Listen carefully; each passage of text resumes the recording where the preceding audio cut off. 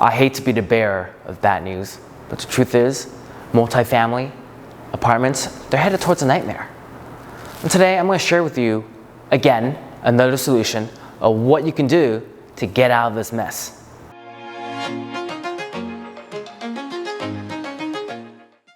Before I go into that, let me share with you what I mean by a nightmare. Think of LA County. They're putting the rent freeze, they extended the rent freeze again so they can consider rent control. And in New York, they passed rent control. And Wall Street Journal projects that the property values there, because of that rent control, it's probably going to go down between 20 to 45%.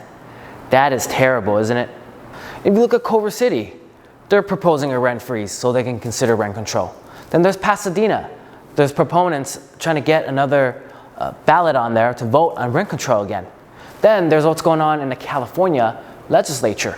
There's AB 1482, that's a rent cap. And then there's AB 1481, that's a rent freeze. Just cause eviction. That means the tenant has to be seriously late and not paying their rent, or a serious default on their lease, before you can even ask them to leave. You're almost having no more rights to your own property that you've worked hard for. And what's worse to come? There's most likely going to be another version of Proposition 10 on the ballot in 2020. Let me tell you what that means. They're going to get rid of the Coastal-Hawkins Act, and even the buildings that are built after 1995, they're going to be subject to rent control. Isn't that terrible? So you really have to act now before it's too late, before it gets really out of control and a nightmare is too late for you to turn back. Cut your losses now, salvage what you can, and let me offer you a way out of this nightmare. What I recommend is shopping centers. I know, it has a bad reputation sometimes. You see a lot of vacancies, you see big box retailers going bankrupt, you see an empty building that used to be Kmart, Sears, JCPenney, whatever. I see that too. What I'm talking about is more of your local shopping center.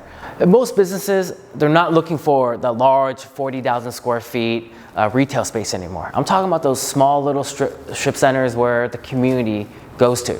You're looking at like some restaurants there, medical office, some experience over there, a little liquor store. I'm talking about those kind of shopping centers. The reason why I recommend this is when rent control does go into effect, people are going to have more money in their pockets. And the truth is, not everyone that is going to be under rent control are actually low income. Some of them actually make a lot of money, over 6 figures, and they're still going to take advantage of the rent control. And guess what? They're going to have more money to spend.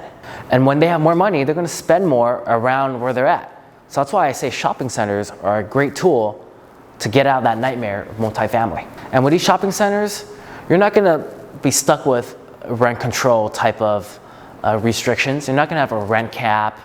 You're not going to have a just cause eviction. You actually own your property and you get to do things like an owner would want to do with your own property.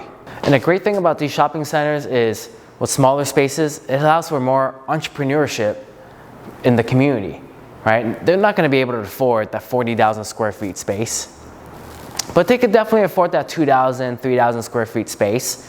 So you're helping local small businesses as well blossom. You're going to see that happen, and it's going to be very exciting seeing that local entrepreneur blossom from your location. So it's definitely more rewarding as well with these small shopping centers.